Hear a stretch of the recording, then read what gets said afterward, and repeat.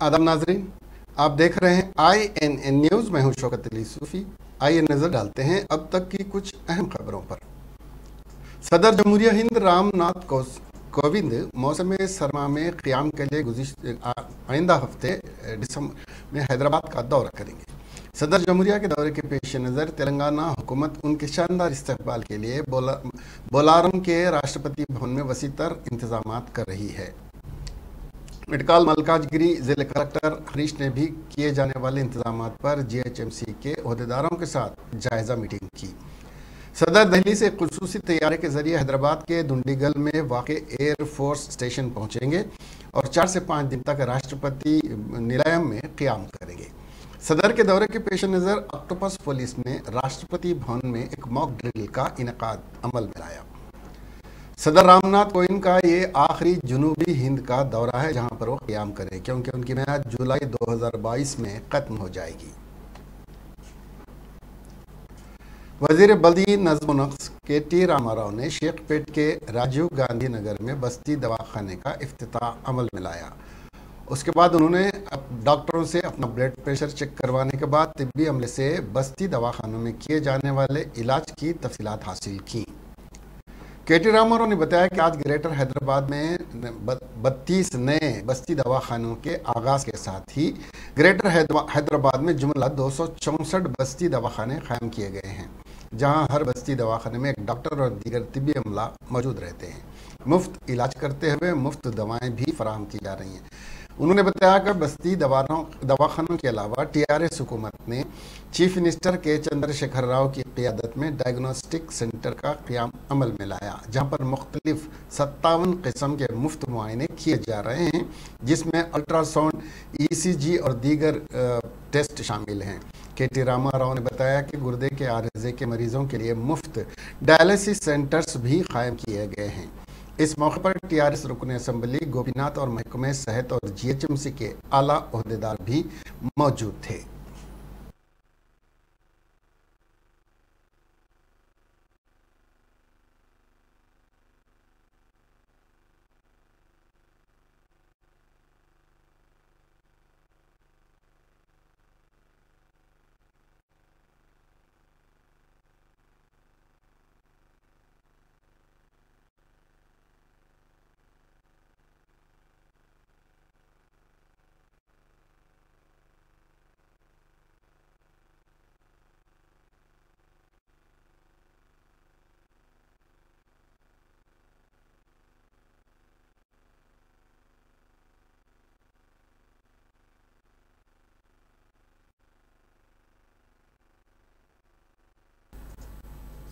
वजीर सेहत हरीश राव ने ओल्ड बोयिनपल्ली और बालानगर में बस्ती दवाखानों का इफ्तिताह अमल में लाने के बाद खिताब करते हुए बताया कि ना तो हैदराबाद में और ना ही तेलंगाना भर में ओमिक्रॉन का एक भी केस सामने नहीं आया है। उन्होंने अवाम उन्नास से अपील की कि वो चाहे कोरोना की तीसरी लहर हो या कोरोना की नई शक्ल हो या डेल्टा हो, इससे महफूज रहने के लिए हर शख्स 3 चीज़ों का खुसूसी ख्याल रखे। एक तो मास्क का इस्तेमाल करें, दूसरा कोरोना वैक्सीन और तीसरा समाजी फासले का खुसूसी ख्याल रखा जाए तो हर वबा से महफूज रहा जा सकता है। उन्होंने कहा कि हुकूमत कोरोना की नई शक्ल ओमिक्रॉन हो या कोरोना की इम्कानी तीसरी लहर से निपटने के सिलसिले में हुकूमत मुकम्मल तौर पर तैयार है। रियासत भर में 27 सरकारी दवाखानों में 27,000 ऑक्सीजन बेड्स तैयार रखने के अलावा दीगर इक़दाम किए गए हैं। उन्होंने बताया कि रियासत भर में 91% अफराद कोरोना का पहला टीका ले लिए हैं और दूसरा खुराक भी 60% से ज़्यादा अफराद ने ले ली हैं। हरीश राव ने बताया कि 80 लाख वैक्सीन हुकूमत के पास मौजूद हैं। अवाम उन्नास को चाहिए कि वो फौरी तौर पर वैक्सीन की दूसरी खुराक ले लें। उन्होंने बताया कि ग्रेटर हैदराबाद में आज 32 बस्ती दवाखानों का इफ्तिताह अमल में आया, जहां मुफ्त इलाज के साथ साथ मुफ्त दवाएं भी फराहम की जा रही हैं। इस मौके पर GHMC commissioner Lokesh Kumar, secretary महकमे सेहत मुर्तज़ा रजवी और दीगर भी मौजूद थे।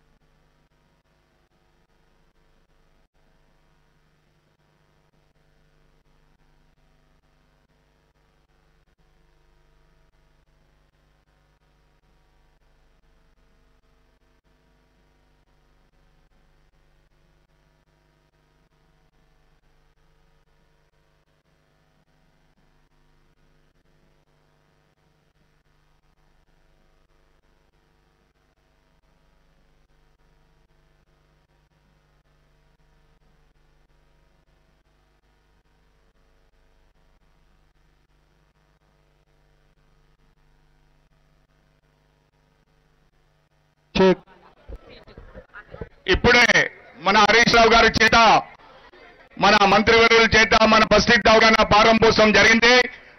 మన మంత్రి గారు ఎమ్మెల్యే గారు కూడా పేరు పేరున నమస్కారం.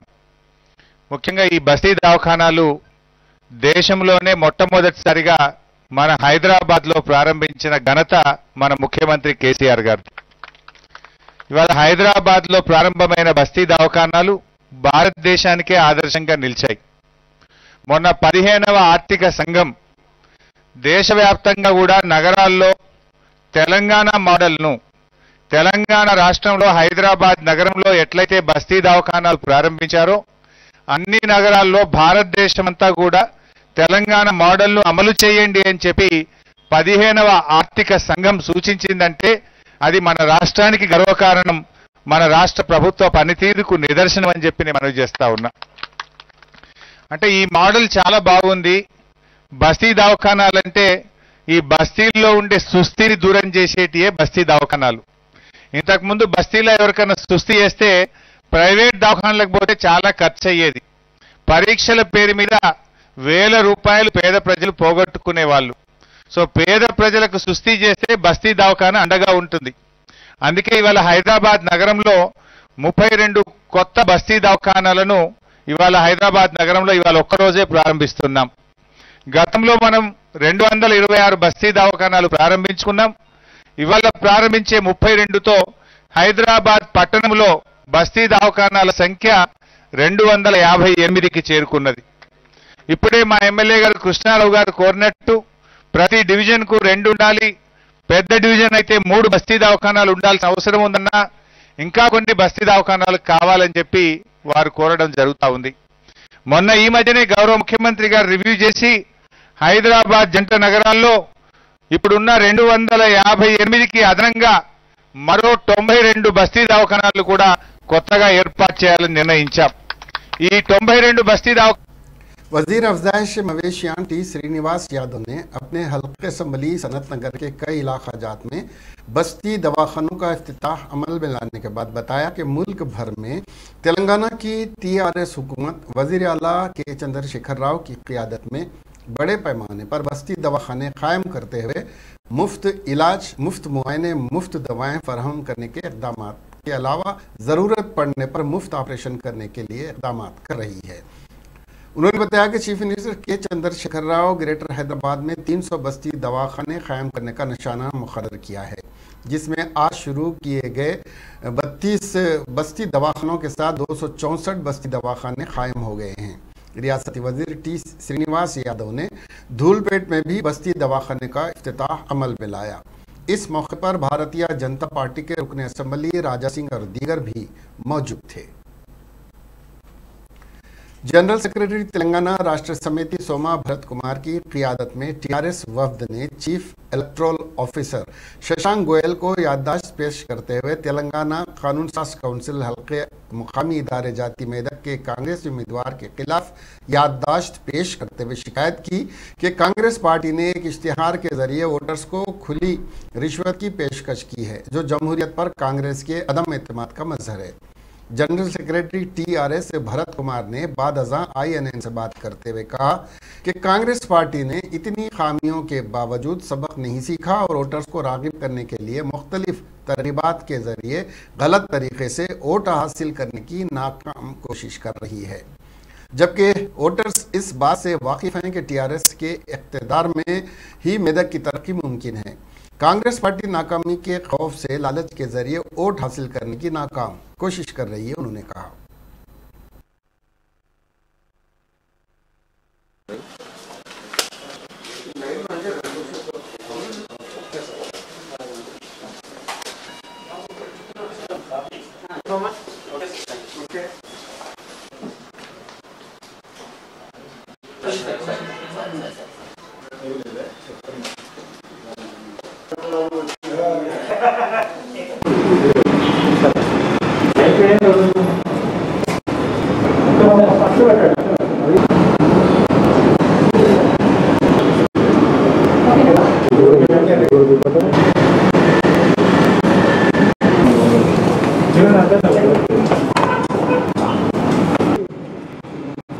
తర్వాత మన సార్ డీటెయిల్గా చెప్తాడు. వాళ్ళకు రెండు విధాలు, ఒకటి కాంగ్రెస్ తెలంగాణ సర్వైవ్ అయింది పుంజుకుంటున్నారు అనేది ఒకటి రావాలి. మంచి విలాసవంతమైన జాలీ ట్రిప్ పోయేటట్టుగా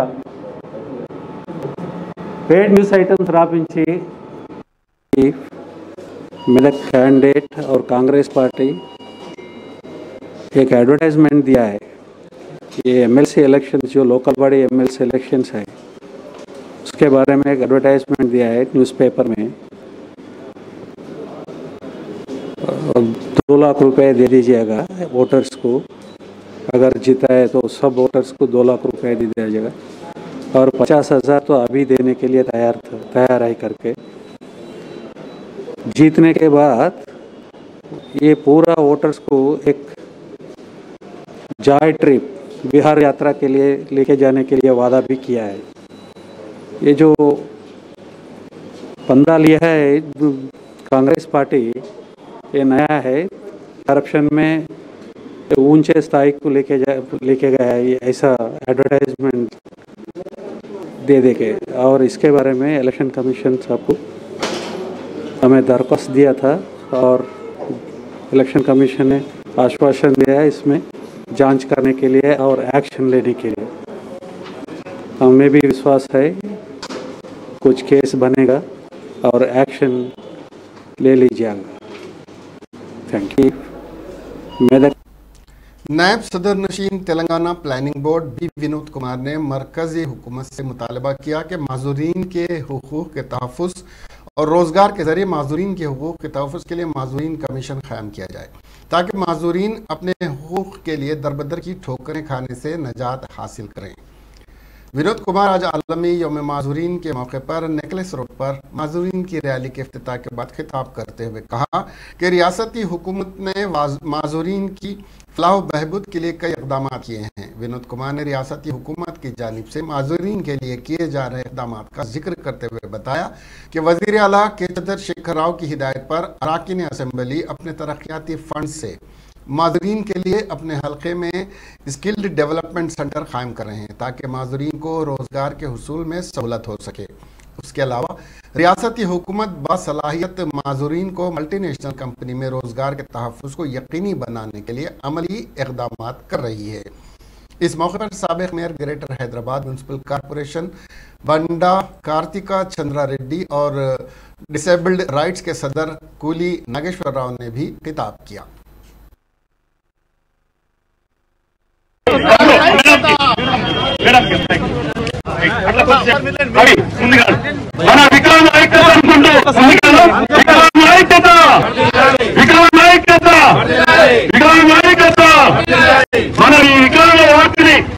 మన ముఖ్య అతిథిగా చేసినటువంటి విధానం గారు, తర్వాత కార్తీక్ రెడ్డి గారు, సాగరమణి గారు, వేణుకుమార్ గారు అందరూ ప్రారంభించారు. కొద్దిసేపు ముందుకు రాసిన తర్వాత మన కార్యక్రమాన్ని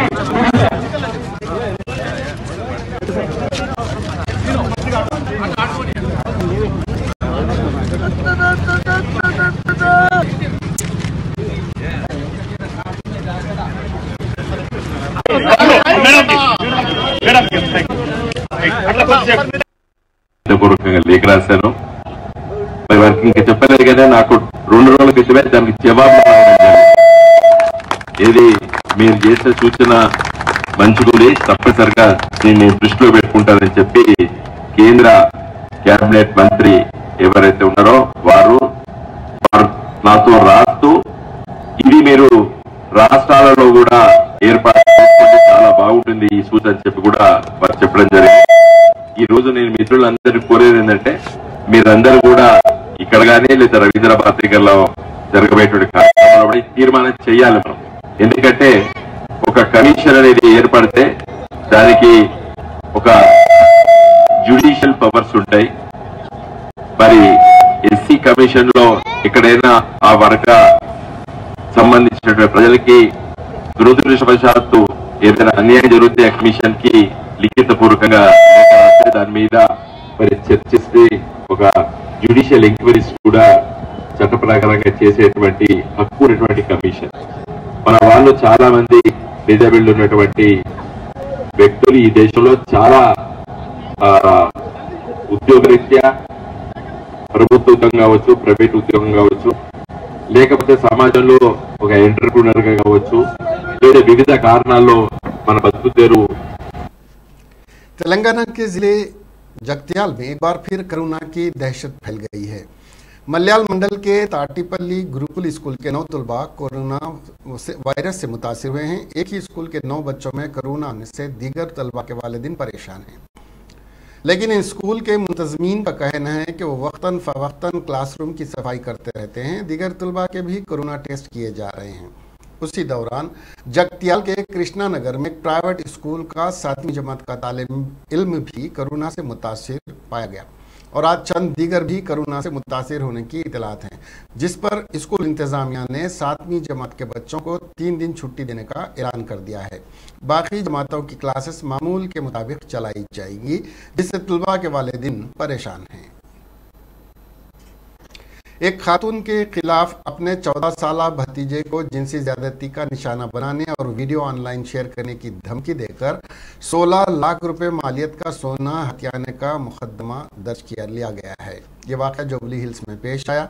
मुतासरा लड़के के मुताबिक जो 9वीं जमात में पढ़ रहा था, उसकी खाला उसे एक होटल में ले गई, जहां उसने अपने साथ साबिक़ आशिक़ की मदद से उसके साथ जिनसी ज्यादती की, जिसने वीडियो बनाई। बाद अज़ां दोनों ने लड़के को वीडियो ऑनलाइन शेयर करने की धमकी दी और उससे 20 तोले सोना छीन लिया। टोली चौकी से जुबली हिल्स मुंतकिल होने वाले खानदान ने सोना गायब पाया और अपने बेटे का उससे पूछताछ की। लड़के ने कहा कि यह सोना उसकी खाला को दिया गया था, जो बेंगलुरु में रहती हैं। उसने अपनी मां के साथ भी अपनी परेशानी शेयर की और उसकी खाला से एक होटल में ले गई और उस पर हमला किया और उससे पैसे देने की धमकी दी। मुतासिर लड़के ने मज़ीद कहा कि 20 तोले सोने के अलावा उसने अपनी खाला को 6 लाख रुपए भी दिए। बुध को लड़के की मां ने पुलिस से रुजू किया, जिसने औरत के खिलाफ protection of children from sexual offence act POCSO के तहत मुकदमा दर्ज किया। इब्तिदाई तफ्तीश के दौरान पुलिस को पता चला कि यह वाक़या 3 साल कबल पेश आया था। संगारेड्डी जिले के नारायणखेड़ एरिया हॉस्पिटल के सुपरिटेंडेंट डॉक्टर नरसिंह चौहान को एक ट्रेनी एएनएम के रिश्तेदारों ने एएनएम के साथ मुबैना तौर पर बदसलूकी के इल्ज़ाम में पीटा। तफसीलात में के मुताबिक डॉक्टर ने 3 माह की हामिला खातून से जिनसी ख्वाहिश की थी और बाद में उसके इरादे से इनकार करने पर उसे थप्पड़ मारा था। मुतासरा के मुताबिक अस्पताल के सुपरिटेंडेंट ने उसे एक वक्त रोका जब वो अपने गांव जाने के लिए बस स्टॉप की तरफ जा रही थी और जल्दी जाने पर उससे पूछगछ की। जब खातून ने उसे बताया कि दोपहर 2:30 बजे के बाद उसके गांव के लिए कोई बस सर्विस नहीं है, तो डॉक्टर ने जिनसी ख्वाहिश का इजहार किया। जब उसने इनकार किया और सुपरिटेंडेंट के कमरे से निकलने की कोशिश की तो उसने थप्पड़ मार दिया और बावजूद इसके कि वो हामिला है। खातून ने घर पहुंचकर अपने शौहर और रिश्तेदारों को वाक़े की इत्तला दी, जिसके बाद उसके रिश्तेदार अस्पताल गए और जुमेरात को डॉक्टर नरसिंह को सहूलत बाहर निकाला और दवाखाने से बाहर निकाला और उसकी पिटाई की। डॉक्टर के खिलाफ मुकदमा भी दर्ज कर लिया गया है। रियल इस्टेट के कारोबार में होने वाले नुकसान और एक जोड़े के दरमियान होने वाले झगड़े ने उन्हें जिले संगारेड्डी के आरसीपुरा में खुदकशी करने पर मजबूर कर दिया। यह वाक़या जुमा की सुबह उस वक्त पेश आया जब एक खातून ने अपने 2 बच्चों के साथ नदी में छलांग लगा दी। जब पता चला कि उसके शौहर ने अपने घर में फांसी लगा ली है।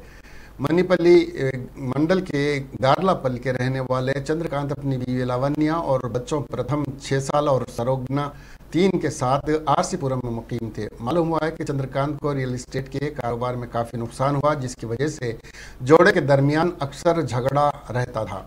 जुमेरात की रात भी जोड़े में झगड़ा हुआ था, जिसके बाद चंद्रकांत ने उस वक्त छत से अपने आप को छत के सीलिंग फैन से लटका कर खुदकशी कर ली। उसकी बीवी और बच्चे जब सो रहे थे। अपने शौहर की मौत के बारे में जानकर लावण्या ने अपने 2 बच्चों के साथ पानी की नदी में छलांग लगाकर खुदकशी कर ली। पुलिस ने नदी पर पहुंचकर लाशें निकाल ली। मुकदमा दर्ज कर लिया गया और तहकीकात जारी हैं।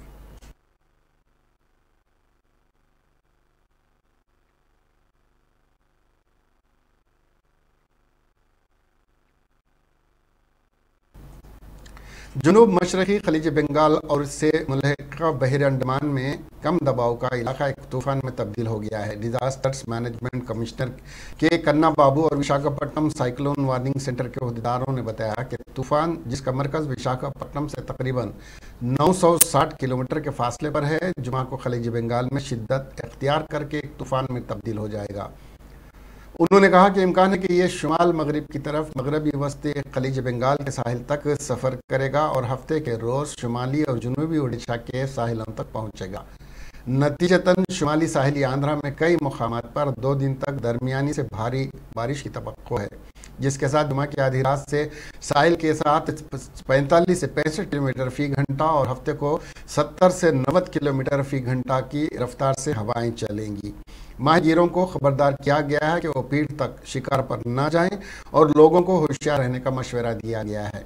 जुनूबी साहिल और रायलसीमा में दरमियानी बारिश मुतवक्को है। दरियासना ईस्ट कोस्ट रेलवे खरोदा डिवीज़न के दफ्तर ने कहा कि जुमेरात, जुम्मा और हफ्ते को 95 ट्रेनें रोकी जाएंगी।